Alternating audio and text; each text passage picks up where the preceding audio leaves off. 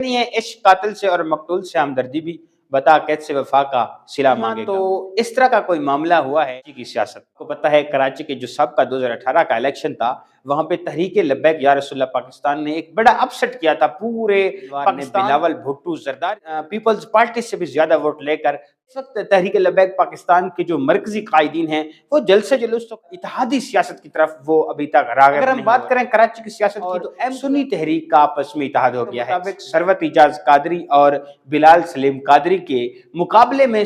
M Q M اپنا امیدوار کھڑا نہیں کرے گی، جس کو آپ پہلے کراچی کا قاتل اور کراچی کی عوام کا غنڈہ کہتے ہیں۔ سعد رضوی نے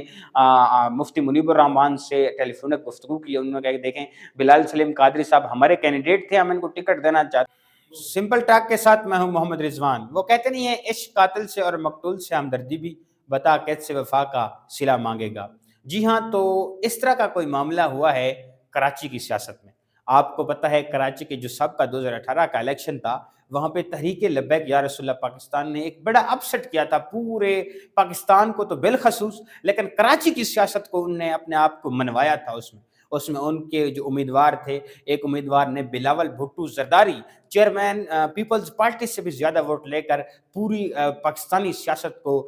کی کایا پلٹ دی تھی۔ تو اس طرح کا جو آئندہ الیکشن ہو رہا ہے 2024 میں، اس طرح کے جو حالات ہیں وہ اتحاد کی صورتحال بن رہی ہے، مختلف جماعتیں کولیبریشن کر رہی ہیں، لیکن اس وقت تحریک لبیک پاکستان کے جو مرکزی قائدین ہیں وہ جلد سے جلد تو کر رہے ہیں، انتخابی جو ان کا عمل ہے وہ تو سٹارٹ ہو چکا ہے، لیکن کوئی اتحادی سیاست کی طرف وہ ابھی تک راغب نہیں ہو رہے۔ اگر ہم بات کریں کراچی کی سیاست کی تو ایم کیو ایم اور سنی تحریک کا آپس میں اتحاد ہو گیا ہے۔ ذرائع کے مطابق ثروت اعجاز قادری اور بلال سلیم قادری کے مقابلے میں ایم کیو ایم اپنا امیدوار کھڑا نہیں کرے گی۔ ذرائع کے مطابق یہ بھی کہا گیا ہے کہ بلال سلیم قادری جو سلیم قادری شہید کے بیٹے ہیں، ان کی جو ابھی تک جنرل سیکرٹری ہیں سنی تحریک کے، ان کا کچھ دن پہلے ثروت اعجاز قادری اور ان کا آپس میں اتحاد ہوا تھا۔ اس وقت آپ کو پتہ ہے 2 سنی تحریکیں بن گئی تھی، اس کے بعد ایک بنی، اس کے بعد اب ایم کیو ایم سے ان کا اتحاد ہو گیا ہے۔ ذرائع کا یہ کہہ رہے ہیں کہ مفتی منیب الرحمان نے اس پر تحفظات کا اظہار کیا، انہوں نے کہا کہ آپ اگر اتحاد کرتے بھی آپ تحریک لبیک سے کر لیتے، جمعیت علماء اسلام سے کر لیتے، جے یو آئی فے سے کر لیتے، لیکن آپ ایک ایم کیو ایم جماعت سے کر رہے ہیں جس کو آپ پہلے کراچی کا قاتل اور کراچی کی عوام کا غنڈہ کہتے تھے، کراچی پر راغب قابض کہتے تھے، اب وہ آپ کے لیے اچھے ہو گئے ہیں، اب وہ آپ کے بھائی ہو گئے ہیں، اب آپ ان کے ساتھ مل کر پریس کانفرنسز کر رہے ہیں۔ ذرائع کا یہ کہنے کہ سعد رضوی نے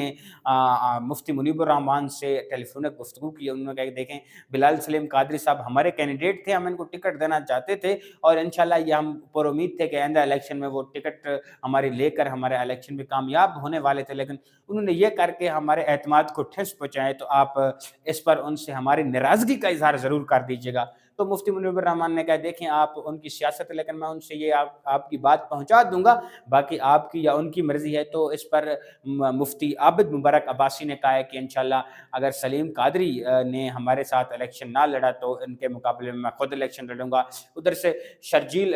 گوپلانی ہیں جو تاجر رہنما ہیں اور سماجی شخصیت ہیں، انہوں نے بھی تحریک لبیک پاکستان میں کراچی کے ایک حلقے پہ الیکشن لڑنے کا اعلان کر دیا ہے۔ تو اگر ہم بات کریں کہ تحریک لبیک کی تو وہ انہوں نے پچھلے الیکشن میں تحریک لبیک نے ایم کیو ایم اور باقی جماعتوں کو پیچھے چھوڑتے ہوئے تیسرے نمبر پر ووٹ لیے تھے۔ اب دیکھنا ہوگا کہ تحریک لبیک پاکستان کراچی میں کتنا سروائیو کر سکتی ہے۔ فی الوقت کے لیے اجازت دیجیے، بہت شکریہ۔